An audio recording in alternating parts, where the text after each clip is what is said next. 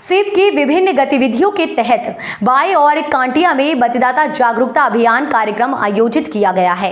विधानसभा क्षेत्र दातारामगढ़ में पिछले चुनाव में औसत मतदान से न्यून रहे मतदान केंद्रों पर स्वीप गतिविधियां, रैली, संदेश, मतदाता शपथ आयोजित राजस्थान विधानसभा चुनाव 2023 के संदर्भ में निर्वाचन आयोग एवं रिटर्निंग अधिकारी गोविंद सिंह भींचर के निर्देशानुसार पिछले चुनाव में 65% से कम मतदान रहे। मतदान केंद्रों को चिन्हित करके उन पर स्वीप की विभिन्न गतिविधियां आयोजित की जा रही हैं।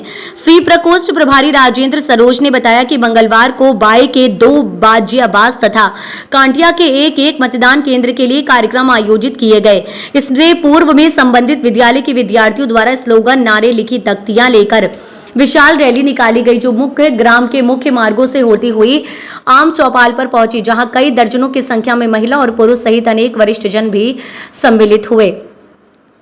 सरोज ने उपस्थित लोगों को जानकारी देते हुए बताया कि आपके गांव में पिछले चुनाव में औसत से कम और न्यून मतदान रहा, अतः हम भारत निर्वाचन आयोग तथा दातारामगढ़ निर्वाचक रजिस्ट्रीकरण अधिकारी का संदेश लेकर यहां आए हैं कि आप आने वाली आगामी विधानसभा चुनाव 25 नवंबर को मतदान अधिक से अधिक करके इस न्यून मतदान के धब्बे को दूर करें।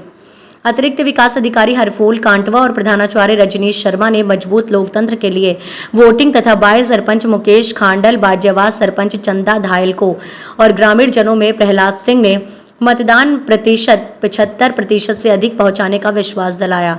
सभी उपस्थितों को सरोज ने आवश्यक मतदान की शपथ दिलाई। इस अवसर पर तमाम लोग मौजूद रहे। संवाददाता सुरेश कुमावत की रिपोर्ट। जैसे मैं बोल रहा हूं, निवेदन है, बोले।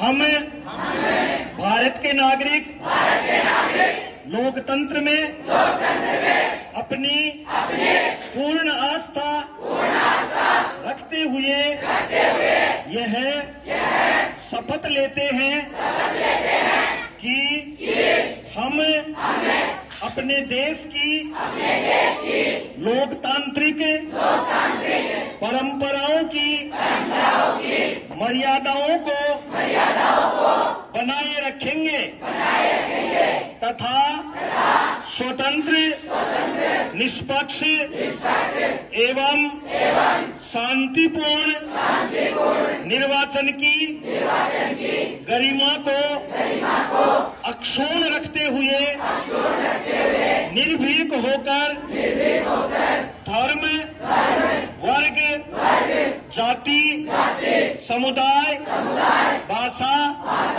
अथवा अन्य किसी प्रलोभन से प्रभावित हुए बिना सभी निर्वाचनों में अपने मताधिकार का प्रयोग करेंगे। ईश्वर हमारी मदद करे।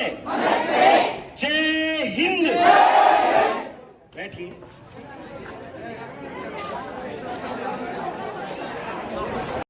हम भारत के नागरिक लोकतंत्र में अपनी पूर्ण आस्था रखते हुए यह शपथ लेते हैं कि हम अपने देश की लोकतांत्रिक परंपराओं की मर्यादाओं को बनाए रखेंगे तथा स्वतंत्र, निष्पक्ष एवं शांतिपूर्ण निर्वाचन की गरिमा को अक्षुण्ण रखते हुए निर्भीक होकर धर्म, वर्ग, जाति, समुदाय, भाषा अथवा अन्य किसी प्रलोभन से प्रभावित हुए बिना सभी निर्वाचनों में अपने मताधिकार का प्रयोग करेंगे। ईश्वर हमारी मदद करे। जय हिंद। बैठिए। वो विशाल है जहां लोकतांत्रिक शासन प्रणाली से सारी व्यवस्थाएं संचालित होती है। डेमोक्रेसी इट मीन्स जनता के द्वारा जनता का शासन। आप में से, हम में से जनता में से ही हम अपने जनप्रतिनिधियों को चुनकर, चाहे वो ग्राम पंचायत हो, चाहे वो पंचायत समिति हो, जिला परिषद हो, चाहे विधानसभा हो, चाहे लोकसभा और राज्यसभा हो, हमें अपने द्वारा अपने पसंदीदा उम्मीदवारों को, जनप्रतिनिधियों को चुनकर उन संस्थाओं में भेजते हैं। और अन्य स्टाफ, जैसा कि विस्तार पूर्वक राजेंद्र जी सरोज साहब ने आपको बता दिया कि तीसरी बार यहाँ बाय में चुनाव आयोग द्वारा ये कार्यक्रम क्यों किया जा रहा है। आपको बताया गया है कि बूथ संख्या 176 और 177 में जो सामान्य मतदान, औसत मतदान है, उससे भी काफी नीचे मतदान रहा है।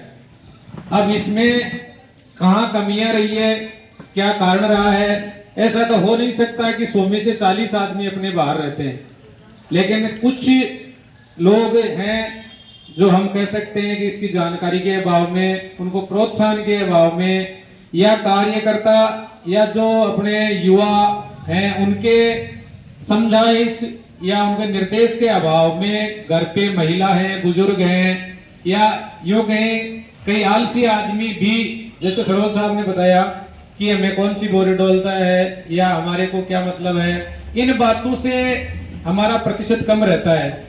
कम कितना रहता है आपको जानकारी है? आपके आस पड़ोस में 10-5 आदमी ऐसे मिल जाते हैं जो घर होते हुए भी मतदान नहीं करते हैं। तो एक बूथ में 1000-1200 मैक्सिमम वोटर्स होते हैं, तो हर 10 आदमी अगर वोट नहीं डाला तो 1% अपना डाउन हो जाता है। तो हम बच्चों से तो ये उम्मीद करते हैं कि आपके घर में है, आपके बड़े भैया है, आपकी नानी है, चाची है, दादी है, जो भी है, अगर मतदान के दिन वो आलस या किसी कारण का बहाना करके मतदान करने नहीं जा रही हैं, तो आपका ये फर्ज बनता है कि आप उनको समझें